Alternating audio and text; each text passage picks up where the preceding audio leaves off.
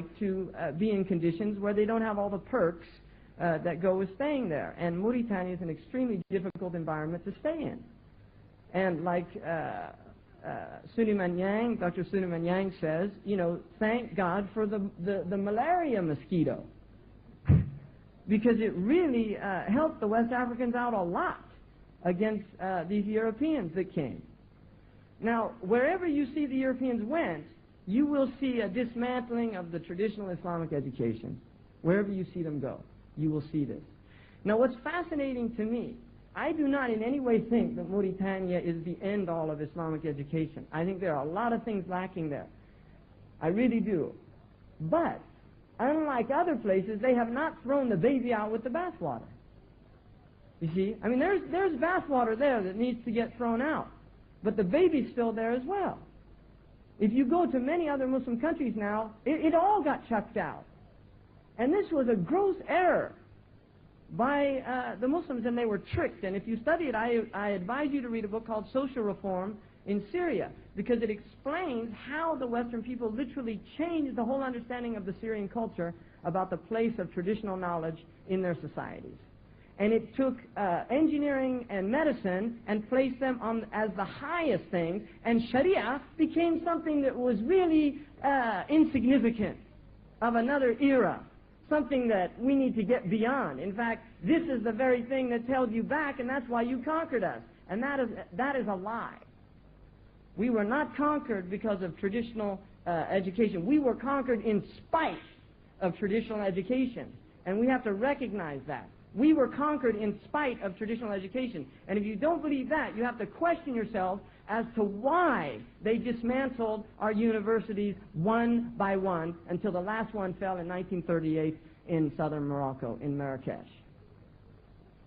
You can see this. It was systematically done. Why? Because they're very frightened of people who know their deen. It bothers them.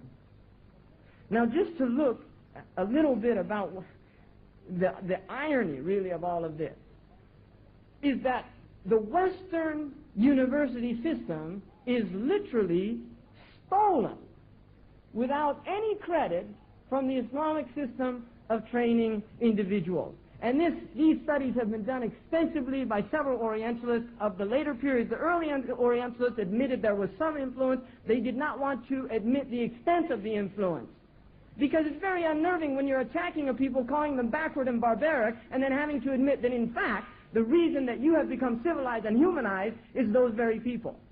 That is problematic. If you have to admit that the reason that you take baths is because of Muslim cleanliness, that the reason that you have gardens to enjoy is because of Muslim love of reminding themselves in this world of what we expect in the next world. Because gardens are uniquely Eastern and Western Islam phenomenon. You find them in Asia also, amongst the civilized Asians, because the Asians were far more civilized than the Europeans. Gardens do not show up in Europe until they conquer Andalusia, where suddenly these Europeans walked into these houses with flowers all over the place and said, this is nice. How'd you do that? It's called cultivating your garden. Right? They never thought about it. They used to throw their garbage. Garde de loup means watch your head from the feces that they used to throw out of their windows. The plague that happens in Europe is a result of this. Now, we don't know our history. And if people who don't know they've done anything, like Malik Shabazz said, will never be able to do anything. If you don't know you've done something, you can't do anything. You have to know your history in order to become people of history. In other words, in order for those who come after us to say, those are great people, you have to know that those who went before you were great people as well. And we have to inculcate this deeply in the minds and hearts of our youth. We have to recognize that we are from a great tradition. We are from a tradition of thinkers. Fakhruddin al-Razi says in one of his books that he met a Christian, an alim from the Christians, a scholar. And he started talking to him about what he believed, and he said the man didn't have any foundation for speaking because he didn't understand intellectual underpinnings of munadara, of a dialectic. So he said to this Christian, he said, listen, I want to teach you one thing. And this is it. It's a qaida, aqliya. I'm going to teach you this. And he said, the qaida is this. The rule is this. If you have a dalil, then you have to have a madlul. If you have an indication of something, there has to be the thing that it indicates as well. They go together. There's a talazum. But if you don't have the dalil, it doesn't necessarily mean you don't have the madlul. In other words, if you don't have the indicator, it doesn't necessarily mean the thing indicated doesn't exist. An example.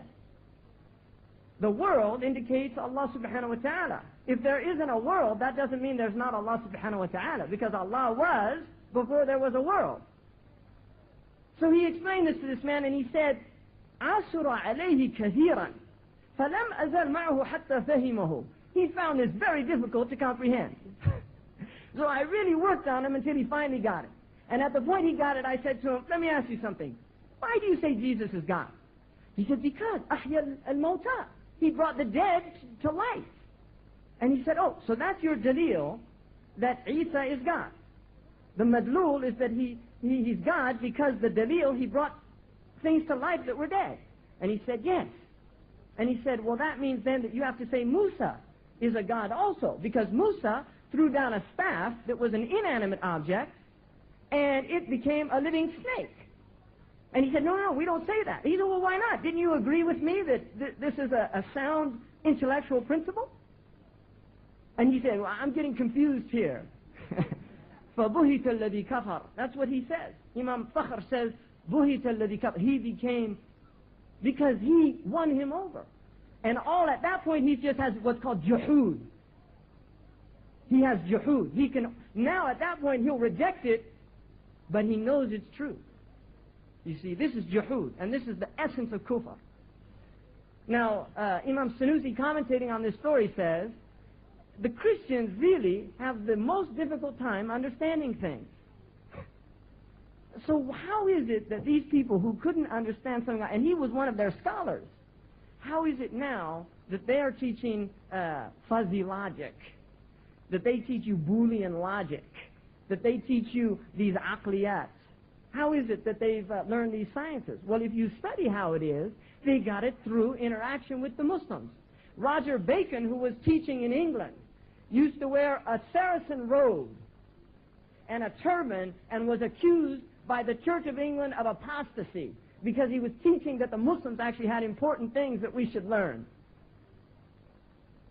This is a medieval scholastic. The Pope was sending Christians down to learn from the Muslims in Andalusia. Now, if you look at the university system, because there are no universities in the West until they start looking at how the Muslims are teaching their students. This is the fact. The university introduces the concept of licencia docendi, which is a license to teach, a direct translation of a 4th, 5th century word, ijazatu tadris, a permission to teach what was granted by an alim who had studied with an alim and given him ijazah to give to a student a permission to teach. And at that point he was called mudarris. Doctor, is in fact someone who had the license to teach. But before he could be given a license to teach in the West, he had to bring forth a thesis and prove it before a group of scholastics.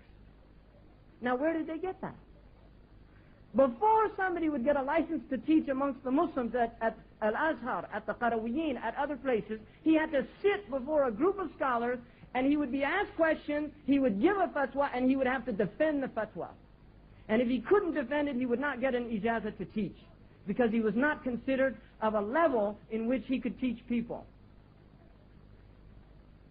You can see, this is right. The chair, they call it the chair of a department. Where did they get that from? They're all sitting in chairs in the university. Why call the professor the chair? Because in the Muslim world, the student sat on the floor and the teacher sat on the chair. And so you had the chair of Nahu, Kursi al-Nahu, Kursi al-Fiqh, Kursi al-Qira'at, Kursi al-Tafsir, Kursi al-Hadith. And on. I could go on and on. Graduation. Where do they get this gown from? Because it looks a lot like what our scholars wear in the Middle East.